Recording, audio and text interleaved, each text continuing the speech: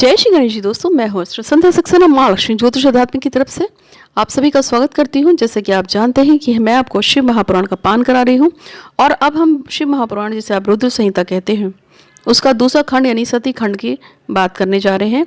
तो रुद्र संहिता का जो दूसरा खंड है उसमें पहले था सृष्टि, अब आता है सती खंड। सती खंड का जो प्रथम अध्याय है उसको मैं आप सबको सुनाने जा रही हूँ। लेकिन उससे पहले मैं भगवान श्री गणपति महाराज से प्रार्थना करती हूँ कि हे भगवान श्री गणपति महाराज, मुझ पर कृपा करें, मेरी वाणी को सुंदर बनाएं जिससे कि सभी के काम हो सके, और मेरे माता पिता पे जो दिवंगत हैं, अब नहीं है, मेरे परिवार पे, मुझ पे और मेरे सभी लोगों पे जो मुझे सुन रहे हैं उन सब पे कृपा करें, कृपा करें, कृपा करें। मुझ में, मेरी वाणी पे, मेरे परिवार पे स्थापित हो, स्थापित हो, स्थापित हो।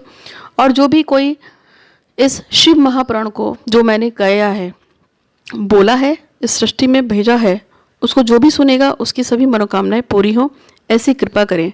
अभी तक आपने जो है शिव महापुराण की रुद्र संहिता का सृष्टि खंड को पढ़ा था, सुना था मुझसे। अब हम आते हैं इसके दूसरे खंड जिसको हम बोलते हैं सती खंड। सती खंड का पहला अध्याय है और वो है ब्रह्मा जी की सृष्टि की संरचना करना। जैसे कि आपको मैंने बताया था, सृष्टि खंड में ब्रह्मा जी को कहा गया था कि आप सृष्टि को बनाइए। तो भगवान ब्रह्मा ने बोला नारद से कि हे नारद, सदाशिव जी ने मुझसे कहा कि तुम सृष्टि को बनाओ, और वो कहकर अंतर्धान हो गए। मैंने हंस का और भगवान विष्णु ने वाराह का रूप धारण कर रखा था और हम सृष्टि को रचने का विचार कर रहे थे। तभी भगवान विष्णु भी अंतर्धान हो गए और ब्रह्मांड में से बाहर निकल के वो वैकुंठ की ओर चले गए, क्षीर सागर की तरफ। और उनके जाने के बाद मैंने भगवान सदाशिव और शिव भगवान विष्णु का ध्यान किया, और ध्यान करने के बाद मैंने जल का निर्माण किया और फिर उसी जल में अंजलि जल भर कर डालकर मैंने जल से 24 तत्वों वाला एक अखंड प्रकट किया। ये अखंड एक अंड था जो कि पूरा जुड़ा हुआ था और बहुत ही विराट था। एक अंडे के समान एक विराट 24 तत्व वाले अंड का निर्माण करने के बाद उन्होंने सोचा, उनके मन में थोड़ा सा उसको संशय हुआ, अतः फिर उन्होंने 12 वर्षों तक भगवान ने, ब्रह्मा जी ने तपस्या की। तपस्या करने के बाद उन्होंने भगवान विष्णु का ध्यान किया।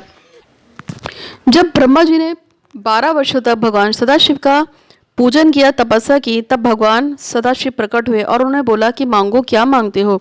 तब उन्होंने कहा कि ये 24 तत्वों वाला मैंने जो अंड स्थापित किया है, इसका जड़ तो दिखाई देता है लेकिन इसमें चेतना नहीं है, अतः आप इसको चेतना प्रदान कीजिए जिससे कि मैं सृष्टि का निर्माण कर सकूं।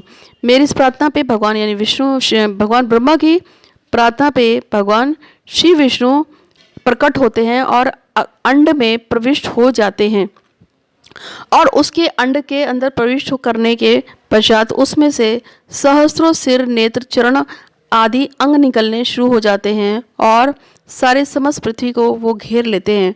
भगवान श्री विष्णु 7 लोगों के अधिपति इस तरह से हो गए और भगवान शिव कभी कष्ट न होने वाले कैलाश पर्वत पर चले गए। जब भगवान शिव जो हैं वो जाके सृष्टि में कैलाश पर्वत से स्थापित हो जाते हैं, भगवान विष्णु क्षीर सागर में चले जाते हैं, तब जो इतने सारे आँख नाक निकले थे सहस्त्र हजारों वर्ष के, सहस्त्र हजारों, उनको लेकर भगवान ब्रह्मा जो है सृष्टि की रचना में लग जाते हैं और सृष्टि को बनाने लगते हैं। और इस तरीके से सृष्टि उत्पन्न होने लगती है।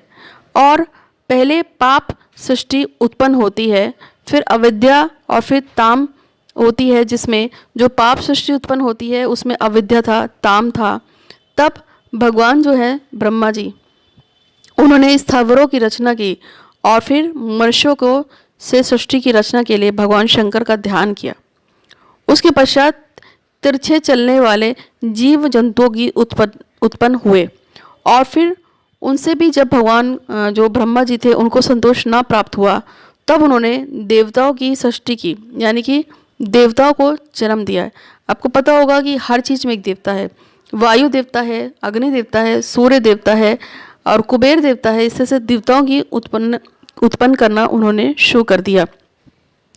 परंतु तब भी उनको उसमें कार्य में जो ब्रह्मा जी कर रहे थे उसमें उनको संतुष्टि नहीं हो रही थी, और तब उन्होंने भगवान सदाशिव की आज्ञा को पाकर रजोगुणी मनुष्यों को उत्पन्न कर दिया। और जब 5 प्रकार की सृष्टि हो गई तो फिर इन्होंने संवर्गों की रचना की। महासर्ग, सूक्ष्म भौतिक सर्ग और तीसरा वैकारिक सर्ग उत्पन्न किया। फिर 8 प्रकार की सृष्टि वैकारिक सर्ग से उत्पन्न की और वैकारिक सर्ग से नवा कुमार उत्पन्न हुआ, जिसमें सनकादिक मेरे ऐसे मानस पुत्र हुए। यानी कि आप जानते हैं ब्रह्मा के जो सबसे पहले पुत्र थे उनको सनकादिक मानस पुत्र बोला जाता है।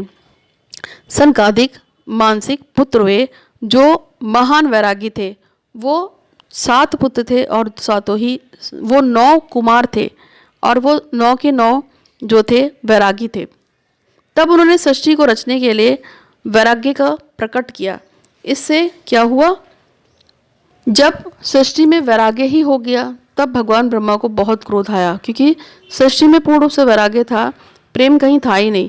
तब भगवान ब्रह्मा को इतना गुस्सा आया कि उनकी आंखों से आंसू गिरने लगे और रोने लगे और भगवान विष्णु के पास गए और भगवान विष्णु ने उनको समझाया और कहा कि आप सदाशिव की तपस्या कीजिए और पूजा कीजिए।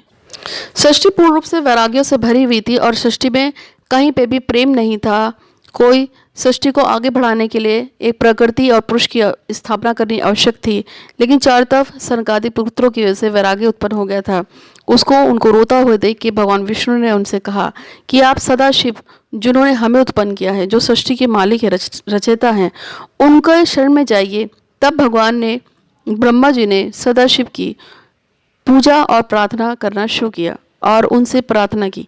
उन्हें हजारों वर्ष तक तपस्या करी और तब सदाशिव ने उनको पूछा और कहा कि मांगो, क्या मांगते हो। तब उन्होंने कहा मुझे सृष्टि को पूरा करना है और सृष्टि में पुरुष और प्रकृति की आवश्यकता है, तभी सृष्टि आगे बढ़ेगी, अतः मैं आपको अपने पुत्र के रूप में मांगता हूँ। तब भगवान सदाशिव ने कहा तथास्तु, और वो भगवान ब्रह्मा के माथे पे, जहाँ पे बिंदी लगाती हैं स्त्रियाँ, जहाँ त्रिपुंड लगता है, टीका लगता है, बाहों के बीच से भगवान सदाशिव प्रकट हुए और उनको शंकर जी का नाम दिया गया, जिनके क्या थे, 5 मुख थे, त्रिपुंडकारी थे और वो उस समय ब्रह्मा जी के पुत्र कहलाए, मानस पुत्र बन गए। उनकी लंबी लंबी जटाएं थी और उसमें से गंगा जी की धारा बह रही थी। तो उस प्रकार से आपने सुना कि मैंने आपको भगवान शिव की महाशिव पुराण जो कथा है उसको सुनाया आपको। इस समय हमारे सती कांड जो चल रहा है, खंड चल रहा है और इसमें बहुत सारे अध्याय हैं। मैं धीरे धीरे आपको सभी अध्यायों की कहानी सुनाऊंगी। आज हमारा सती खंड का प्रथम अध्याय पूरा हुआ। भगवान गणपति, भगवान शिव और समस्त पवित्र शक्तियाँ जो दृश्य अदृश्य रूप में मुझसे आज ये कथा सुन रही हैं, उन सबकी कृपा मुझ पे, मेरे परिवार पे और आप सब पे हो, ऐसी कामना करती हूँ। जो दुर्बुद्धि हो उन्हें भी भगवान शिव कृपा करें और उनको चेतना दे, समझ दे, उन्हें बुद्धि दे, ऐसी कामना के साथ आज के लिए बस इतना ही। आप सब खुश रहिए। Thank you so much.